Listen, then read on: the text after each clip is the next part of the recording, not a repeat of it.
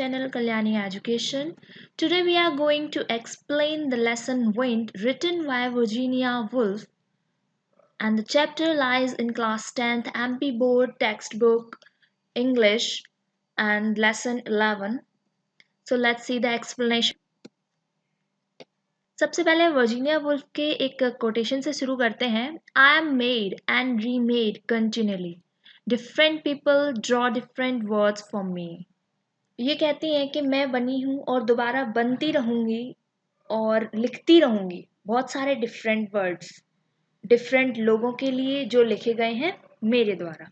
ठीक है, ये वर्जीनिया वुल्फ का कोटेशन है और ये है वर्जीनिया वुल्फ. आप देख पा रहे हैं इमेज में. So let's start. Saw your toes, the nets on high, and blew the birds about the sky. And all around I heard you pass, like ladies skirt across the grass. A wind, a blowing all day long, a wind that sings so loud a song. So, poetess हैं Virginia Woolf. वो क्या कहना चाहती हैं? मैंने तुम्हें पतंगों को ऊंचा उठाते देखा है. Sawyer told the nets on high and blow the birds about the sky. और पक्षियों को आकाश में उड़ाते देखा है. किसके बारे में बात हो रही है? विंड के बारे में. कि विंड जो है वो पतंगों को आकाश में ऊंचा उठाती है, पक्षियों को आकाश में उड़ाती है और चारों ओर मैंने तुम्हें गरजते सुना है. आवाज आती है ना जब विंड बहुत स्पीड में फ्लो कर रही होती है उस समय, जैसे कि नारियों के वस्त्रों को घास के आसपास.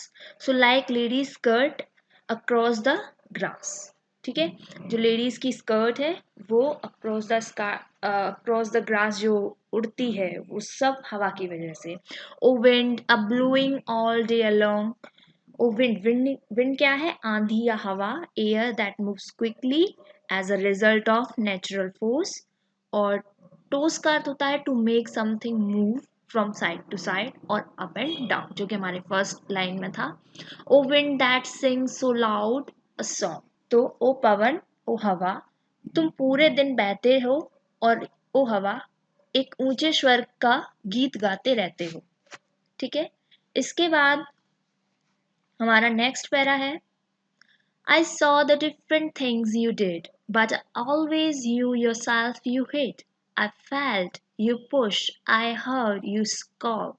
I could not see yourself at all. A wind a blowing all day long, a wind that sings so loud a song.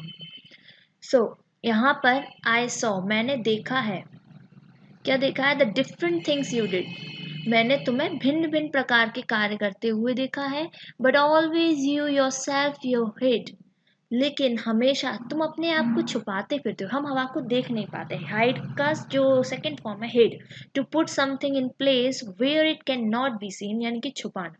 ठीक है. I felt you push, I heard you call. मैंने तुम्हें, जब हम कभी फील करते हैं कि हवा जैसे हमें धक्का मार रही हो, ठीक है, यानी कि उसने हमें धक्का मारा ऐसा हमने अनुभव किया है और जैसे वो हमें बुला रही हो ऐसा हमने सुना भी है. इसके बाद I could not see your self at all. किंतु मैंने तुम्हें देखा बिल्कुल नहीं है. कभी भी हमने हवा को देख नहीं पाया. हमने उसको महसूस जरूर किया जैसे वो हमें बुला रही है, जैसे वो हमें धक्का मार रही है. O wind blowing all day along. Blow का अर्थ होता है फूंकना. अ डिवाइस और person that produce a current of air. एकदम फूकनी से जो हवा स्पीड से आती है ना वो. तो a blowing all day long, a wind that you sing so loud a song. ओ पवन पूरे दिन भर बहने वाली और ओ हवा या ओ पवन ऊंचे स्वर में गीत गाते रहती है. ठीक है, इसके बाद आता है Oh, you that are so strong and cold, blower you are young or old. Are you just a beast of field and tree, or just a stronger child than me? A wind blowing day all long, a wind that sings so loud a song.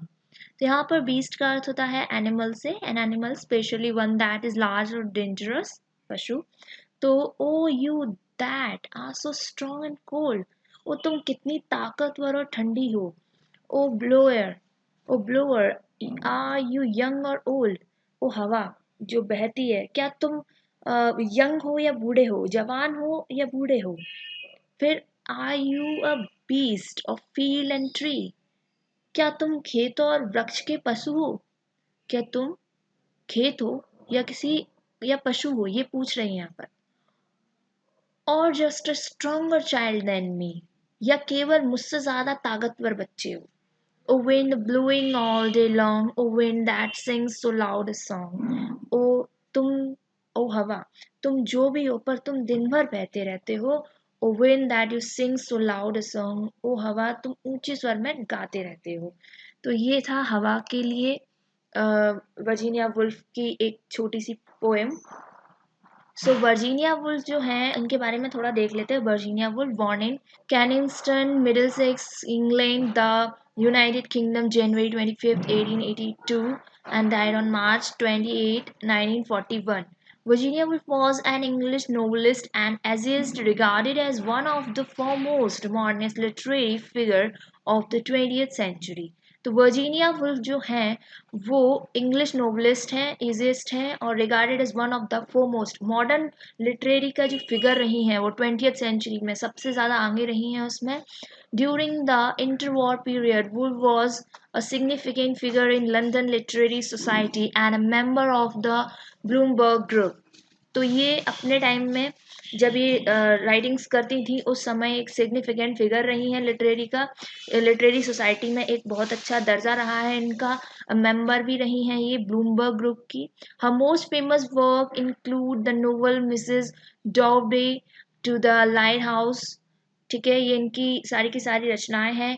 ऑर्नोल्डो and the book length essay a room of owns one, ये बहुत important है और बहुत ज़्यादा अच्छा है। 1929 में जो इन्होंने लिखा है विद अ फेमस डिक्टम, इसमें इन्होंने एक अच्छा सा बात लिखी है क्या, a woman must have money and a room of her own if she is to write fiction. अगर कोई वुमन एक फिक्शन लिखना चाहती है तो उसके लिए उसके पास खुद का पैसा होना और एक रूम होना बहुत ज़रूरी है। Okay, and if you really like the video, don't forget to subscribe the channel and press the bell icon.